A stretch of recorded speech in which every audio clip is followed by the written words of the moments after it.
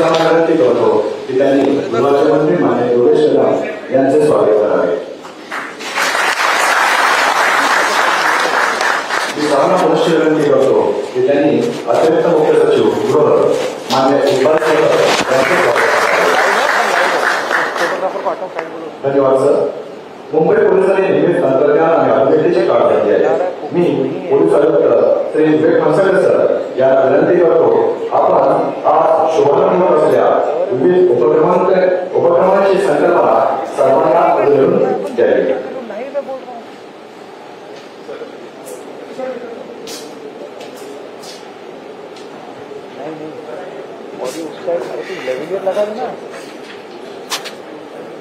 सर्व उपस्थितांना नमस्कार।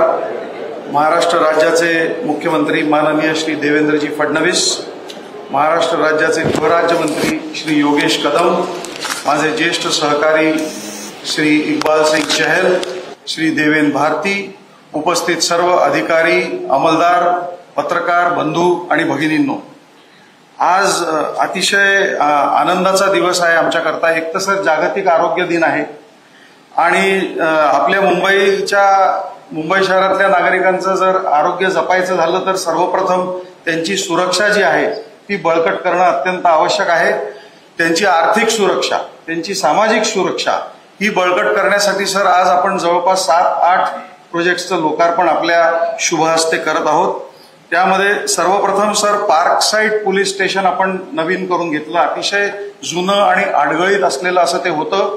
तर आम्ही सर आपणच बीएमसीला सूचना दिली होती। बीएमसी कमिशनरचे देखील मी मनापासून आभार मानतो, गृह विभागाचे आभार मानतो। एक मोठा भूखंड तिथे होता सर, एक बिल्डिंग होती, ती सगळी आम्ही अद्ययावत केली आणि त्यामध्ये आता पोलीस स्टेशनचं फंक्शनिंग सर सुरू झालेलं आहे।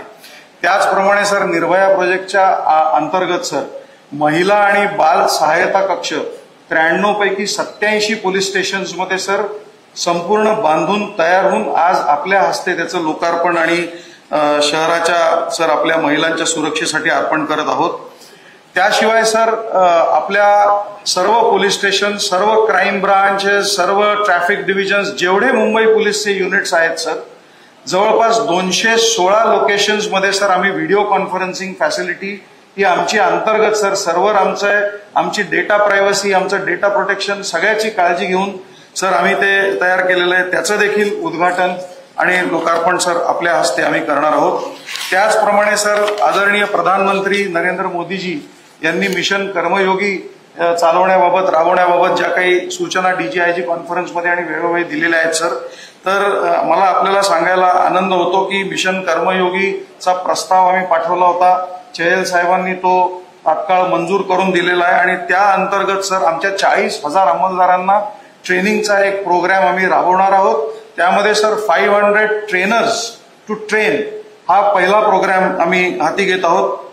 त्या उपक्रमाचं उद्घाटन देखील आज आपल्या हस्ते होणार आहे।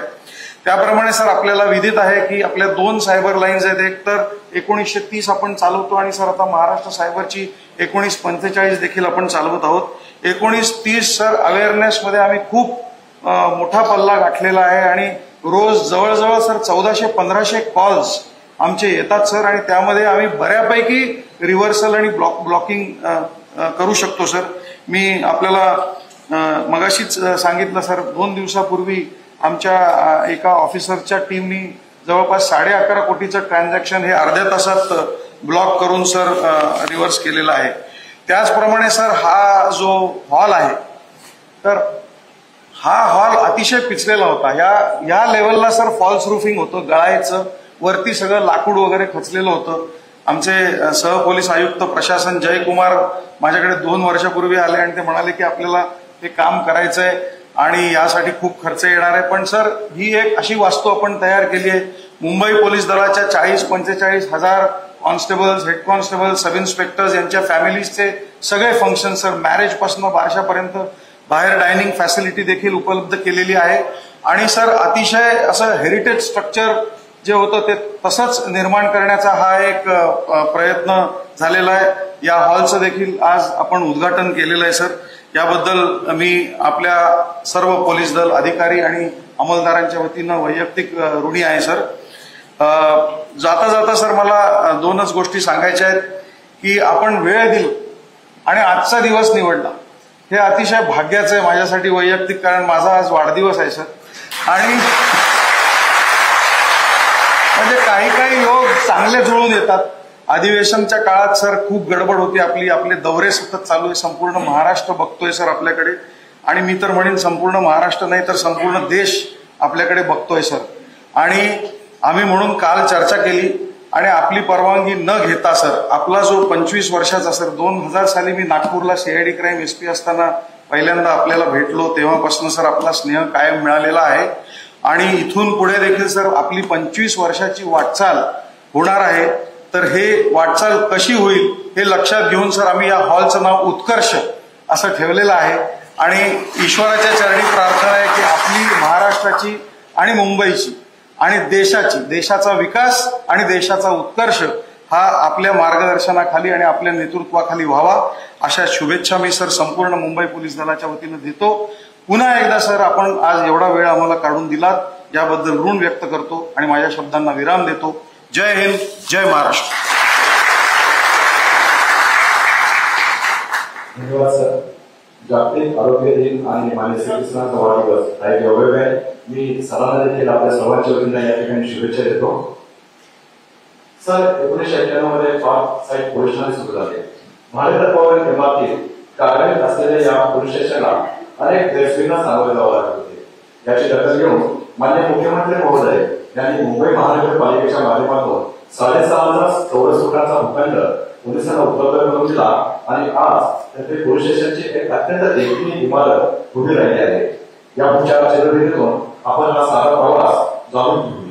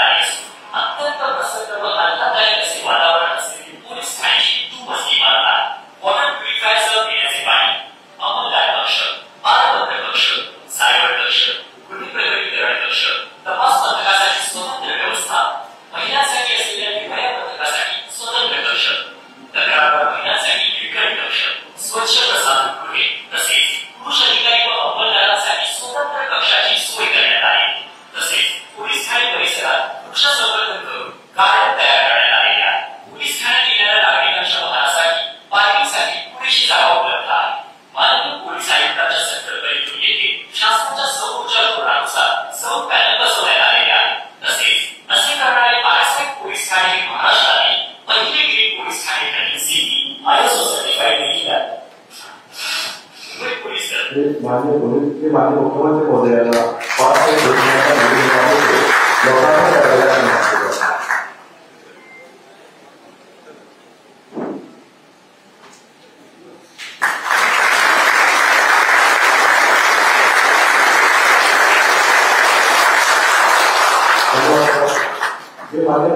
लोकांना महिला व बाल सहायता कक्षाचे लोकार्पण करण्याची विनंती करतो.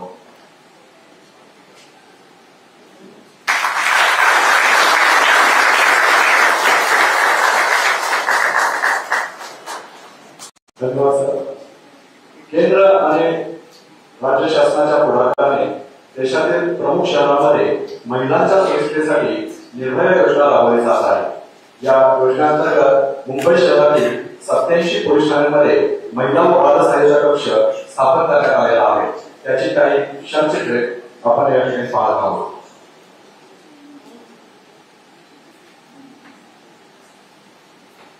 निर्भया ITVC प्रकल्पांतर्गत प्रभारी पोलीस निरीक्षक ते पोलीस आयुक्त या सर्व स्तरांवर परस्परांशी संपर्कासाठी व्हिडिओ कॉन्फरन्स सुविधा कार्यान्वित होत आहे। या मुंबई शहरातील 250 अधिकारी एकाच वेळी सहभागी होऊ शकतात। या प्रणालीचा शुभारंभ करण्यासाठी मी माननीय मुख्यमंत्री महोदयांना विनंती करतो।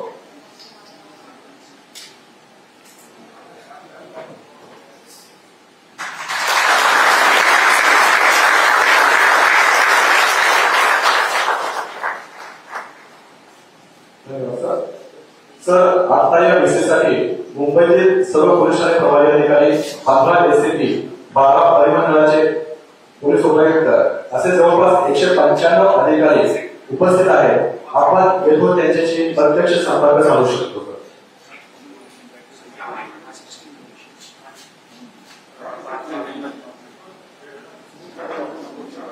वरिष्ठ पोलीस निरीक्षक, 5 site police Thane.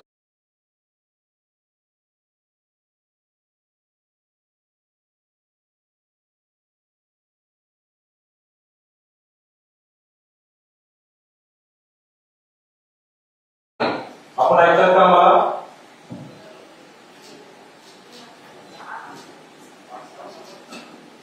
Police station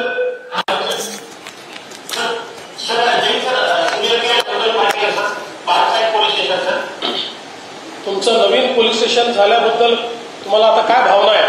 जुन्या पोलीस स्टेशनचं आम्ही आता तुमचे व्हिज्युअल्स बघितले, ते अतिशय भयानक परिस्थितीत होतं। तर आता आपल्या सगळ्यांच्या भावना काय आहेत नवीन पोलीस स्टेशन बद्दल? सर, नवीन पोलीस स्टेशन मध्ये आल्यापासून सर कामाचा पण उत्साह वाढलेला आहे सर, आणि आमचे अंमलदार आणि अधिकारी पण सर जास्तीत जास्त वेळ पोलीस स्टेशनला बसून इथे कामकाज करतात सर। आणि पहिल्यांदा लोकांना पण सुविधा तेवढी मिळत नव्हती सर। आता आल्याबरोबर त्यांना सर माननीय CP साहेबांच्या याच्याप्रमाणे तात्काळ डिस्पॅच रूम पण दिलेली आहे सर। साहेबांबरोबर पासपोर्टसाठी पण तात्काळ त्यांना पहिल्यांदा आल्याबरोबर आहे, आणि तक्रारीसाठी पण सर चांगलं टेस्ट तयार झालेले आहे। चला, खूप खूप शुभेच्छा तुम्हाला।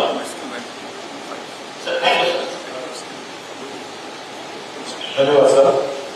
2023च्या देशभरातील सर्व पोलीस महासंचालकांच्या परिषदेत देशाचे पंतप्रधान माननीय नरेंद्र मोदीजी यांनी पोलिसांची चांगली कामगिरी जनतेपर्यंत पोहोचवण्यासाठी प्रसार माध्यमांचा वापर करावा असे सुचवले होते।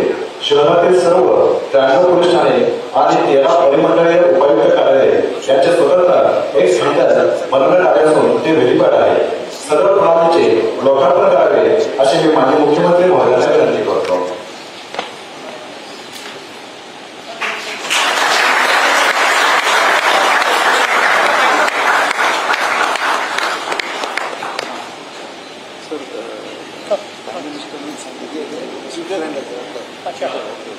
पहिला आपला तो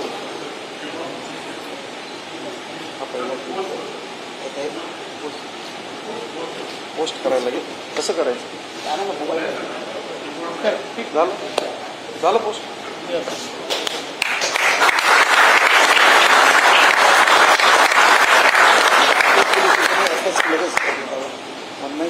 धन्यवाद सर।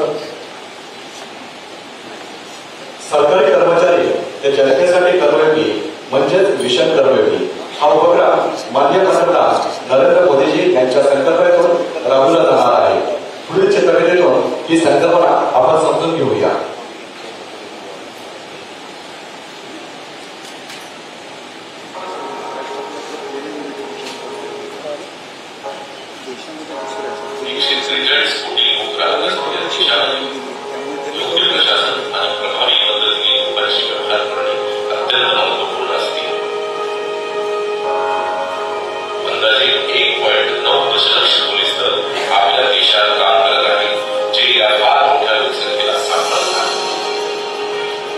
पोलीस दलासाठी एवढ्या प्रचंड मोठ्या देशात कायदा व सुव्यवस्थेसह अन्य प्रशासकीय कार्यात दाखविणे एक आव्हानात्मक काम आहे। भिन्न परिस्थितीमध्ये लोकांशी व्यवहार करणे, गतिशील भूराजकीय परिस्थिती बदलणे आणि लोकांशी व्यवहार करताना सर्व बाबींमध्ये योग्य प्रशासन करणे फारच कठीण असते। आपल्या दलांना नीतीपूर्ण आणि सानुकूलशील पद्धतीने लोकांशी व्यवहार करण्यास मदत व्हावी म्हणून आपल्या माननीय पंतप्रधानांनी मिशन कर्मयोगी नावाचे एक स्वप्न पाडले आहे। साथियों, आप जानते हैं कि हमें मिशन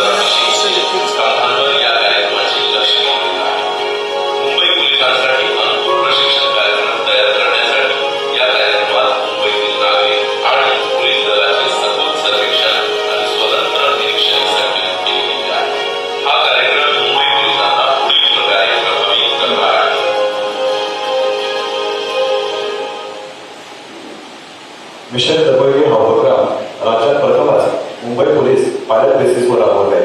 यासाठी हिरो माइंड माइंड ही संस्था मदत करत आहे। मी माननीय मुख्यमंत्री महोदयांना विनंती करतो की या उपक्रमाची माहिती देणाऱ्या पुस्तिकेचे अनावरण करावे।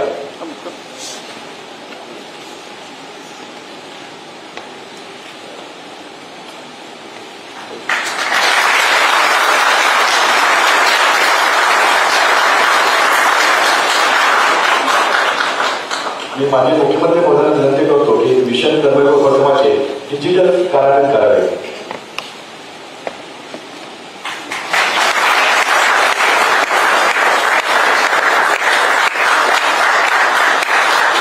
धन्यवाद सर, आपण आसनास्थ व्हावे। सध्या सायबर गुन्ह्यांचे प्रमाण वेगाने वाढत आहे। सायबर गुन्ह्यातील आर्थिक फसवणुकीची तक्रार नोंदवणे सोयीस्कर व्हावे यासाठी केंद्रीय गृह खात्याशी संलग्न 1930 हेल्पलाईन दिनांक 17 एप्रिल 2022 पासून कार्यान्वित आहे। याबद्दलची तसेच सायबर फ्रॉडपासून सावधानता बाळगण्याबद्दल प्रसिद्ध अभिनेते आयुष्मान खुराना, निर्माता साहिल कृष्णानी यांनी तयार केलेल्या चित्रफिती आपण आता पाहूया।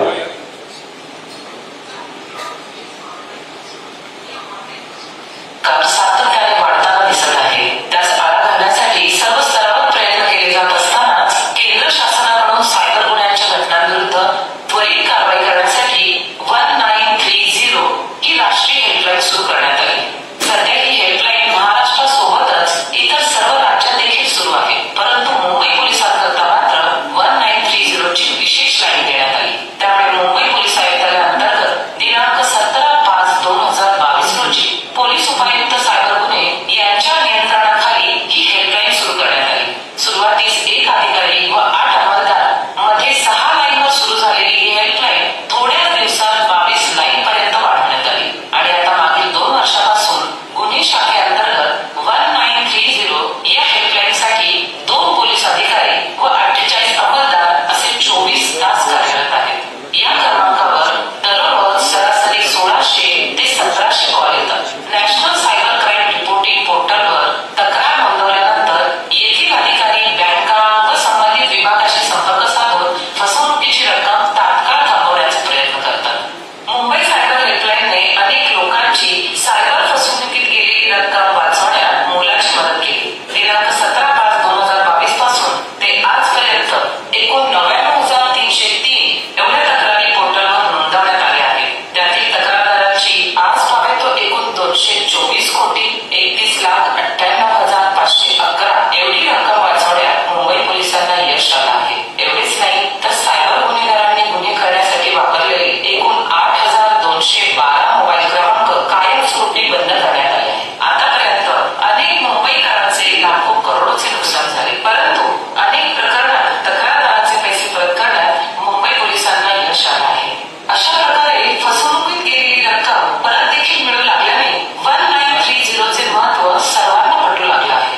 तक्रारदार यांना ज्यावेळी त्यांच्या फसवणुकीची रक्कम परत मिळते त्यावेळी काही तक्रारदार आवर्जून 1930 ला कॉल करून पोलीस दादा आमचे पैसे मिळाले बरं का असं आनंदात सांगतात। तेव्हा आमच्या पोलीस दादा आणि ताईच्या चेहऱ्यावर नकळतपणे केलेल्या कामाचं समाधान दिसून येतं।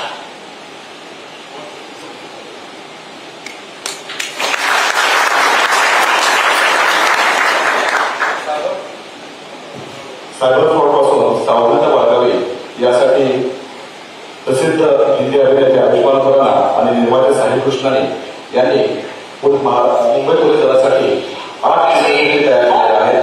त्याचे अनावरण या ठिकाणी माननीय मुख्यमंत्री महोदयांनी करावे अशी मी विनंती करतो।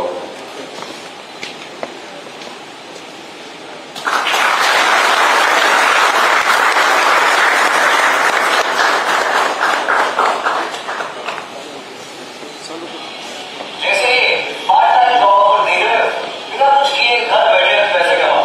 हाँ बिल्कुल सही।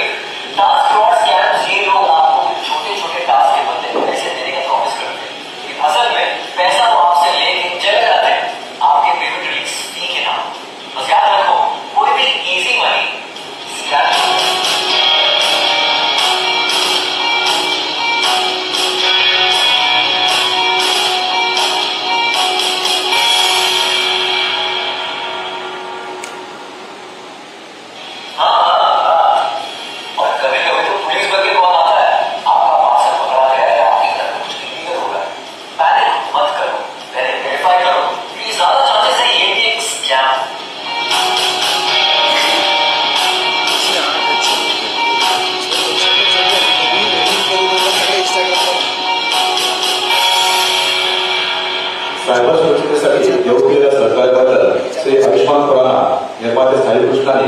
आणि QI मीडिया वर्क्स यांचे मुंबई पोलीस सदस्याद्वारे मी माननीय मुख्यमंत्री महोदयांना विनंती करतो की त्यांनी निर्माते साहिल कृष्णानी यांचा याबद्दल सन्मान चिन्ह देऊन सत्कार करावा.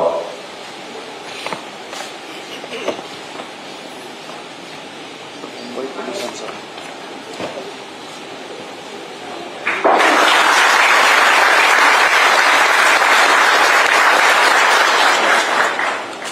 धन्यवाद सर. आजचा हा कार्यक्रम होत असलेला उत्कर्ष हॉलचे रूप बदलून त्याला नवीन साथ चढवणारे माननीय अतार शेख यांचा सत्कार या ठिकाणी माननीय मुख्यमंत्री महोदयांनी करावा अशी मी विनंती करतो.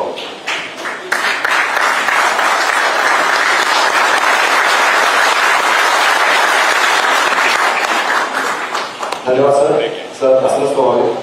माननीय मुख्यमंत्री महोदय यांनी महाराष्ट्र पोलीस अधिक सक्षम व्हावे यासाठी नेहमीच आग्रही भूमिका घेतली आहे. मी माननीय मुख्यमंत्री महोदय यांना विनंती करतो की त्यांनी आम्हा सर्व उपस्थितांना मार्गदर्शन करावे.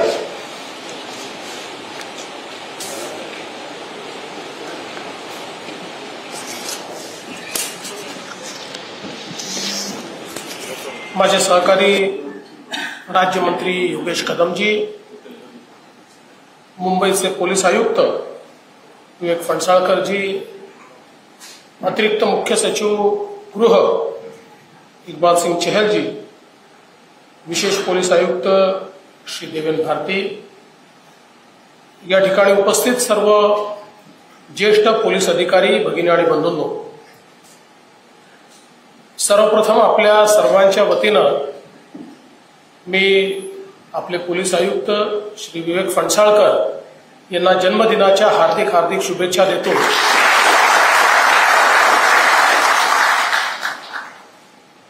आणि जागतिक आरोग्य दिनाच्या निमित्ताने त्यांनी आपलं आरोग्य चांगलं ठेवलेलं आहे, तसंच सर्वांचं आरोग्य चांगलं राहावं अशा प्रकारची शुभकामना देखील व्यक्त करतो.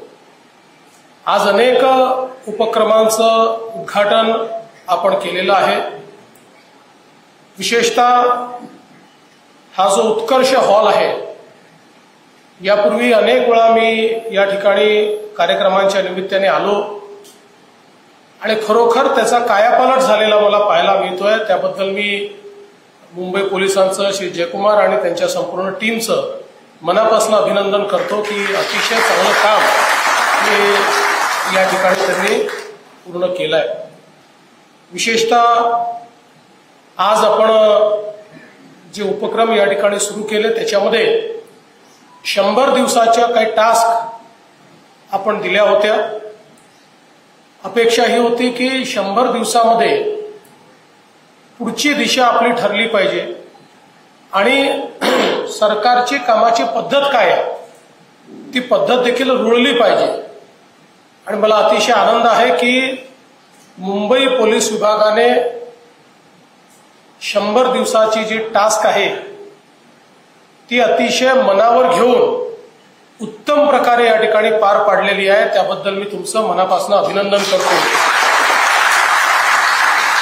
विशेषतः आपले जे पोलीस स्टेशन्स आहेत त्याच्यामध्ये नागरिक केंद्रित सुविधा, तिथली स्वच्छता, तिथला जो काही लिगसी वेस्ट आहे ती दूर करणे, अशा अनेक टास्क आपण दिल्या होत्या. त्या फार चांगल्या प्रकारे या ठिकाणी मुंबई पोलिसांनी केलेल्या आहेत. आपली पोलीस स्टेशन्स स्वच्छ झालेली आहेत, बऱ्याच पोलीस स्टेशनचा कायाकल्प झालेला आहे आणि त्यासोबत पार्क साईडचं तर या ठिकाणी आपण बघितलं की जुनं पोलीस स्टेशन आणि आता नव्याने बांधलेलं पोलीस स्टेशन यातला जो काही अंतर आहे ते अंतर आपण सगळ्यांनी बघितलेलं आहे. मला असं वाटतं की अतिशय वेलकम अशा प्रकारचा चेंज या पोलीस स्टेशनच्या संदर्भात आपल्याला पाहायला मिळतो आहे. यासोबत पोलीस स्टेशन्समध्ये निर्भया योजनेच्या अंतर्गत महिला केंद्रित व्यवस्था ज्या उभ्या करण्यात आलेल्या आहेत त्याही अतिशय महत्वाच्या आहेत. खरं म्हणजे मागच्या काळात अनेक वेळा आपल्याकडे डिबेट झाली की काही राज्यांनी महिला पोलीस स्टेशन सुरू केले. तसे महिला पोलीस स्टेशन सुरू करायचे की प्रत्येक पोलीस स्टेशनमध्ये महिलांना योग्य अशा प्रकारची व्यवस्था उभी करायची. आणि महाराष्ट्रामध्ये त्या काळातही मी असं सांगितलं की एक महिला पोलीस स्टेशन उभं करायचं, मग तिथे एखादा FIR नोंदवायचा, मग त्याच ठिकाणून सगळ्या गोष्टी करायच्या किंवा तो 0 FIR ट्रीट करायचा. यापेक्षा आपण प्रत्येक पोलीस स्टेशनमध्ये महिलांकरता स्वतंत्र व्यवस्था उभी करून दिली पाहिजे. फॉर्च्युनेटली महाराष्ट्राचं पोलीस दल असं आहे की ज्या ठिकाणी महिला अधिकारी आणि अंमलदार यांचीही संख्या मोठ्या प्रमाणात आहे. त्यामुळे सर्व पोलीस स्टेशनमध्ये आपण आपल्या महिला अधिकारी किंवा अंमलदार उपलब्ध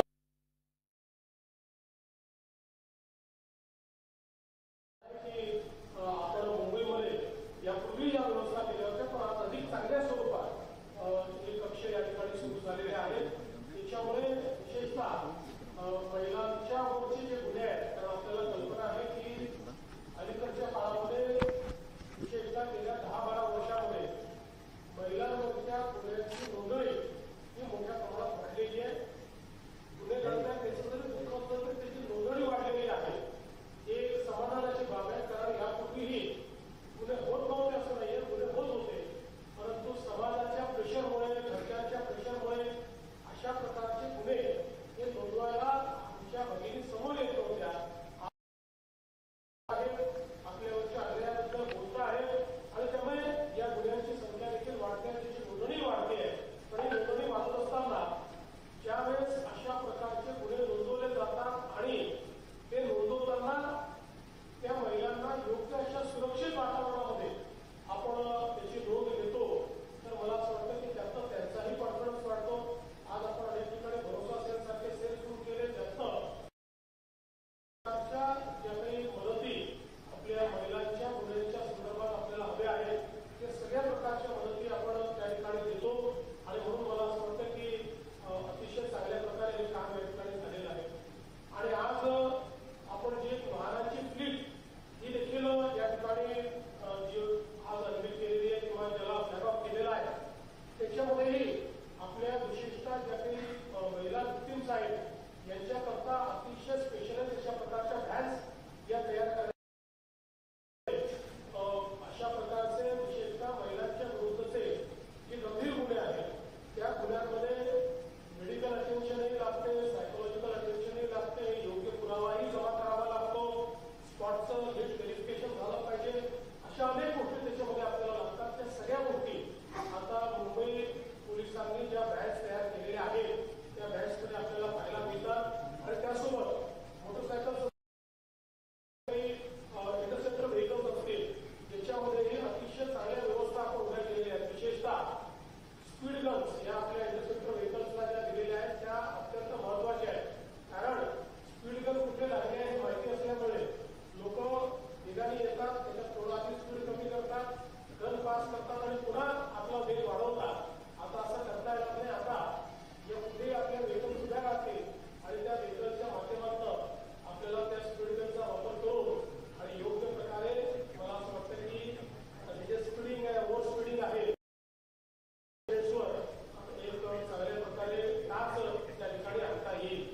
खरं म्हणजे आज सगळ्यात महत्वाचं आपण जे काम केलेलं आहे ते जे 3 सायबर सिक्युरिटीच्या संदर्भात आपण मी तर त्याला सेंटर ऑफ एक्सलन्स म्हणेल अशा प्रकारचे हे आपण सुरू केलेले आहेत, ज्याच्यामध्ये अत्यंत आधुनिक अशा प्रकारची व्यवस्था आहे. आज आपण बघतोय की सायबर सिक्युरिटी हा एक अत्यंत महत्वाचा विषय झालेला आहे, कारण इतक्या मोठ्या प्रमाणात वेगवेगळ्या प्रकारचे सायबर फ्रॉड्स आपल्याला होताना दिसतात. आणि त्याच्यामध्ये आपण बघितलं असेल तर 1 नंबरवर सायबर फ्रॉड्समध्येही जे काही आर्थिक गुन्हे आहेत ते 1 नंबरवर आहेत. त्यानंतर मग थ्रेटनिंग वगैरे अशा प्रकारचे जे गुन्हे आहेत की ज्याच्यामध्ये खंडणी वसूल होते हे 2ऱ्या क्रमांकावर आहेत आणि लैंगिक गुन्हे हे 3ऱ्या क्रमांकावर आहेत. अशा 3 प्रकारचे गुन्हे आज खूप मोठ्या प्रमाणात या सायबर व्यवस्थेचा लाभ घेऊन त्या ठिकाणी घेतले जातात. आणि अशा गुन्ह्यांना तात्काळ त्या ठिकाणी पकडणं हे अत्यंत महत्वाचं आहे. मला असं वाटतं की विशेषतः मुंबई पोलिसांचं अभिनंदन केलं पाहिजे की आजच मला आता आयुक्तांनी सांगितलं की एका केसमध्ये 12 कोटी रुपये जे त्या ठिकाणी सायबर फ्रॉडमध्ये गेले होते त्यातले वेळेत काम करून जवळपास 11 कोटी 20 लाख रुपये हे मुंबई पोलिसांनी परत मिळवले, वाचवले आणि त्या व्यक्तीला मोठ्या फ्रॉडमधून त्या ठिकाणी वाचवलेलं आहे. आज आपण पाहतोय की डिजिटल ट्रान्झॅक्शनमध्ये आपण आता नंबर 1 झालो आहोत. दुनियेत सगळ्यात जास्त डिजिटल ट्रान्झॅक्शन आपण करतो आणि त्यामुळेच एक व्हल्नरेबिलिटी देखील वाढलेली आहे. आज आपल्या वेगवेगळ्या जे काही प्लॅटफॉर्म्स आहेत या प्लॅटफॉर्मचा उपयोग करून जसं एकीकडे आपण डिजिटल ट्रान्झॅक्शनमुळे खूप मोठ्या प्रमाणात लोकांना एका फॉर्मल इकॉनॉमीच्या अंतर्गत आणलाय, त्याचवेळी जे लोक सायबर अपराधी आहेत त्यांच्याकरता ही एक संधी यातनं उभी झालेली आहे की ज्याच्यामध्ये एकतर आपले गेटवे ब्रीच करण्याचा प्रयत्न करतात, ते फारसे करता येत नाही, पण तरी देखील मग पिन मिळवणं किंवा वेगवेगळ्या प्रकारे ज्या गोष्टी आहेत त्या आपण बघितलेल्या आहेत. मागच्या काळामध्ये जामताराचं उदाहरण आहे, त्याची मोठी सिरीज किंवा सिरियलही आपल्याला OTT प्लॅटफॉर्मवर पाहायला मिळते की कशा प्रकारे काही अशिक्षित मुलांनी देखील अगदी थोडे थोडे पैसे काढत किती पैसे त्या ठिकाणी जमा केले. तर अशा प्रकारे हे जे काही क्रिमिनल माइंड्स आहेत हे खूप मोठ्या प्रमाणात सायबरमध्ये काम करत आहेत आणि म्हणून आज आपल्याला या कॅपेबिलिटीज तयार करणं हे अत्यंत गरजेचं आहे.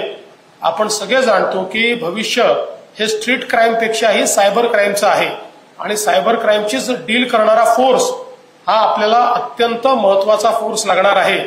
कारण या फोर्समध्ये जो चोर आहे तोही डिजिटली सॅव्ही असणार आहे आणि जो पोलीस आहे त्यालाही टेक्नॉलॉजिकली सॅव्ही राहावं लागणार आहे.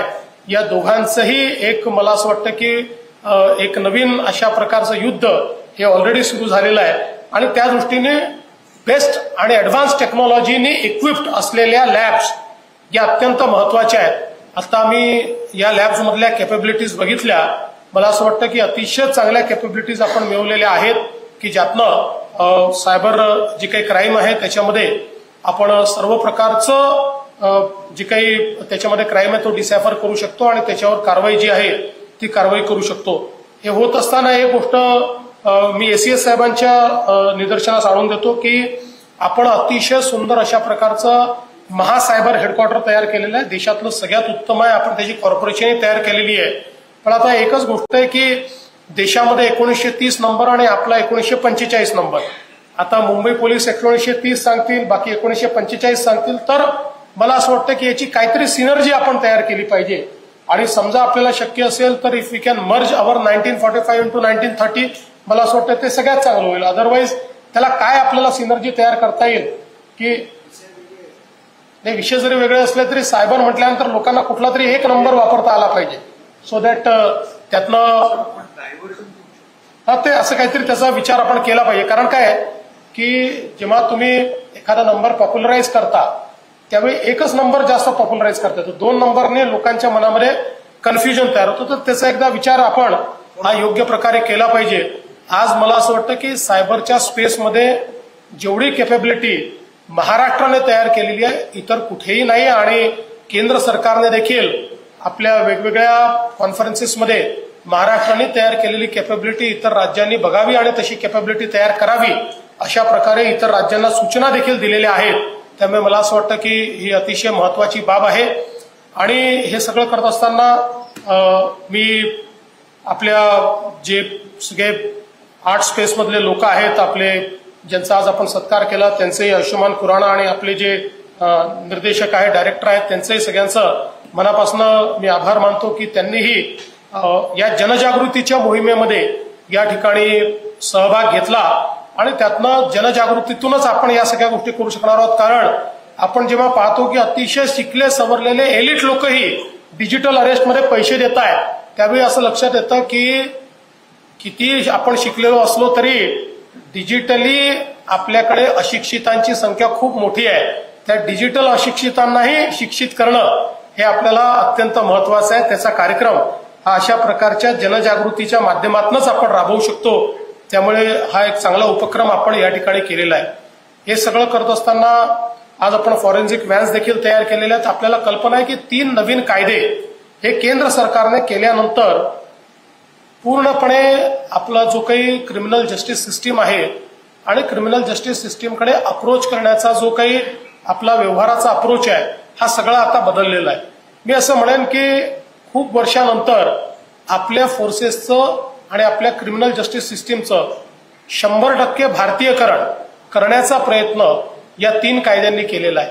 शेवटी आपली सगळी म्हणजे पोलीस फोर्स असेल, पोलीस मॅन्युअल्स असतील किंवा आपले क्रिमिनल जस्टिस सिस्टीम मधले कायदे असतील, हे सगळे कायदे ही एक आपण ब्रिटिश लिगसी कॅरी करत होतो.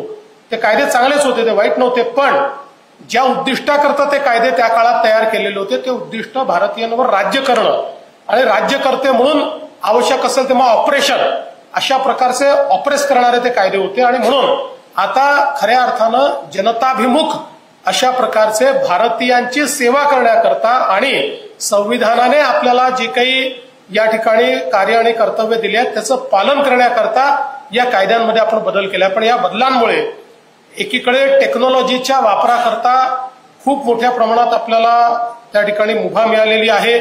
किंबहुना फॉरेन्सिक एव्हिडन्स हा आणि टेक्निकल एव्हिडन्स हा सगळ्यात महत्वाचा एव्हिडन्स याच्यामुळे झालेला आहे. क्रिमिनल जस्टिस सिस्टीमला गती देण्याकरता 60 दिवसात त्या ठिकाणी निर्गती झाली पाहिजे. 60 दिवसामध्ये आपल्याला चार्जशीट जर दाखल करायची असेल ती दाखल झाली पाहिजे. पुढेही पलीकडे आपल्याला कल्पना आहे की ज्यावेळेस अशा प्रकारे कोर्टाची कारवाई चालेल त्यास प्रॉसिक्युशन किंवा या ठिकाणी जे काही डिफेन्स असेल यांना 2 पेक्षा अधिक तारखाच मागता येणार नाहीत, अशी एक चांगली व्यवस्था याच्यामध्ये झाली आहे. त्यामुळे मला असं वाटतं की याकरता आपला पोलीस फोर्स हा पूर्णपणे तयार असणं गरजेचं आहे. मिशन कर्मयोगीच्या माध्यमातून वेगवेगळ्या प्रकारचे जे मॉड्यूल्स तयार झाले आहेत त्या मॉड्यूल्समध्ये एकीकडे आपले बिहेव्हिअरल चेंज जे आहेत ते तर आहेतच, सिस्टमॅटिक चेंज जे आहेत, सिस्टमिक चेंज आहेत ते देखील आहेत. आणि यासोबत मला असं वाटतं की जवळपास संपूर्ण फोर्सचं आता नवीन कायद्यांच्या संदर्भातलं प्रशिक्षण देखील आपण पूर्ण केलेलं आहे. हे नवीन कायदे इफेक्टिव्हली राबवून आपल्याला लोकांना जस्टिस कसा देता येईल. शेवटी आपल्याला एक कल्पना आहे की गुन्हे केव्हा वाढतात, ज्यावेळेस लोकांना माहिती असतं की गुन्हा केला तर आपलं संपूर्ण आयुष्य संपलं तरी आपली केस संपणार नाहीये असं जेव्हा वाटतं त्यावेळेस एक खून करणारा दुसरा खून करतो, तिसरा खून करतो. त्याला माहिती आहे 6-8 महिने वर्षभर जेलमध्ये राहायचं, नंतर बाहेर यायचं, परत त्या खुनाच्या गुन्ह्याचा निकालच लागत नाही. पण आता ही व्यवस्था बदललेली आहे. त्याच्यामुळे या बदललेल्या व्यवस्थेमध्ये लवकर जर त्या ठिकाणी अशा प्रकारे गुन्हेगाराला शिक्षा झाली तर गुन्हा करण्याचं प्रमाण हे देखील कमी होईल आणि गुन्हेगारांवर मोठ्या प्रमाणात आपण एक प्रकारे टाच आणू शकू किंवा एक मानसिक दबाव, एक डिटेरंट आपण उभा करू शकू. त्या दृष्टीने आपण सगळ्यांनी ही जी नवीन पद्धत आहे ही पद्धत अतिशय चांगल्या प्रकारे वापरावी अशा प्रकारची आपल्या सर्वांना मी विनंती करतो. आणि आज या कार्यक्रमाच्या निमित्ताने इतक्या विविध बाबी आपण या ठिकाणी केलेल्या आहेत. या सगळ्या बाबी केल्याबद्दल मी मुंबई पोलिसांचं मनापासून अभिनंदन करतो. आमचे पोलीस आयुक्त खरं म्हणजे रिटायर होणार आहेत, पण रिटायर झाले तरी अजून खूप चांगली कामं ते करू शकतात कारण ही इज ॲब्सोल्युटली फिट. आणि मला असं वाटतं की त्यांचा जो अनुभव आहे त्या अनुभवाचा पुढे काही ना काही उपयोग निश्चितपणे होईल. पण मी त्यांचं याकरता अभिनंदन करतो की त्यांच्या कार्यकाळामध्ये त्यांनी फोर्सला एक चांगली लिडरशिप दिली. त्यांच्या कार्यकाळामध्ये त्यांनी चांगले उपक्रम या ठिकाणी केले आणि त्यांच्या कार्यकाळामध्ये या सगळ्या वेगवेगळ्या योजनांना गती देण्याचं काम त्यांनी केलेलं आहे. म्हणून एक उत्तम कार्यकाळ या ठिकाणी म्हणजे अजून तुम्हाला वेळ आहे पण तरी याच्यानंतर कधी पब्लिकली भाषण द्यायला मिळेल मला माहित नाही. म्हणून आजच तुम्हाला मी अतिशय मनापासून या ठिकाणी शुभेच्छा देतो. पुन्हा एकदा मुंबई पोलीस फोर्स सगळा आपला जो आहे, ज्या पोलीस फोर्सने देशात आणि जगामध्ये आपलं नाव हे उत्तम राखलेलं आहे त्या पोलीस फोर्सचं अतिशय मनापासून अभिनंदन करतो आणि माझं बोलणं संपवतो. जय हिंद, जय महाराष्ट्र.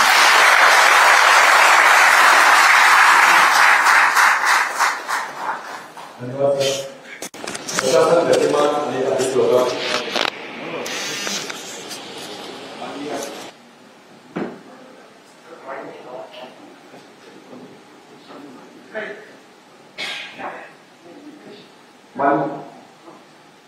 माननीय मुख्यमंत्री महोदयांनी जाहीर केलेल्या 100 डेज ऍक्शन प्लॅन मध्ये विविध उपक्रमांचा आज या ठिकाणी शुभारंभ झाला. माननीय सरांनी या ठिकाणी आश्वस्त करू इच्छितो की या विविध उपक्रमामध्ये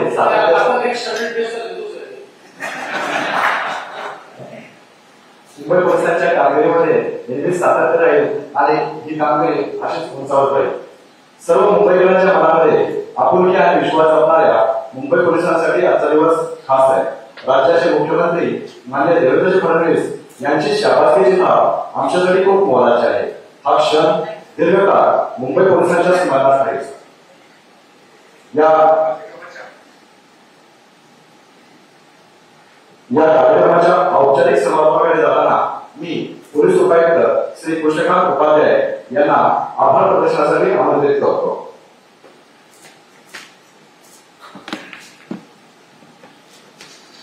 माननीय व्यासपीठ आणि उपस्थित सर्वांनी माझा नमस्कार. आजच्या कार्यक्रमास माननीय मुख्यमंत्री महोदय यांनी आपल्या व्यस्त दिनचर्येतून वेळ काढून उपस्थित राहून आम्हा सर्वांच्या मोलाचे मार्गदर्शन केले, त्याबद्दल मी माननीय मुख्यमंत्री महोदयाचे आभार मानतो, आभार व्यक्त करतो. तसेच माननीय गृह राज्यमंत्री सर आपल्या वेळ दिले त्याचा देखील मी आभारी आहे. त्याचबरोबर इथे उपस्थित माननीय अतिरिक्त मुख्य सचिव गृह, माननीय पोलीस आयुक्त, माननीय विशेष पोलीस आयुक्त याचा देखील आभार.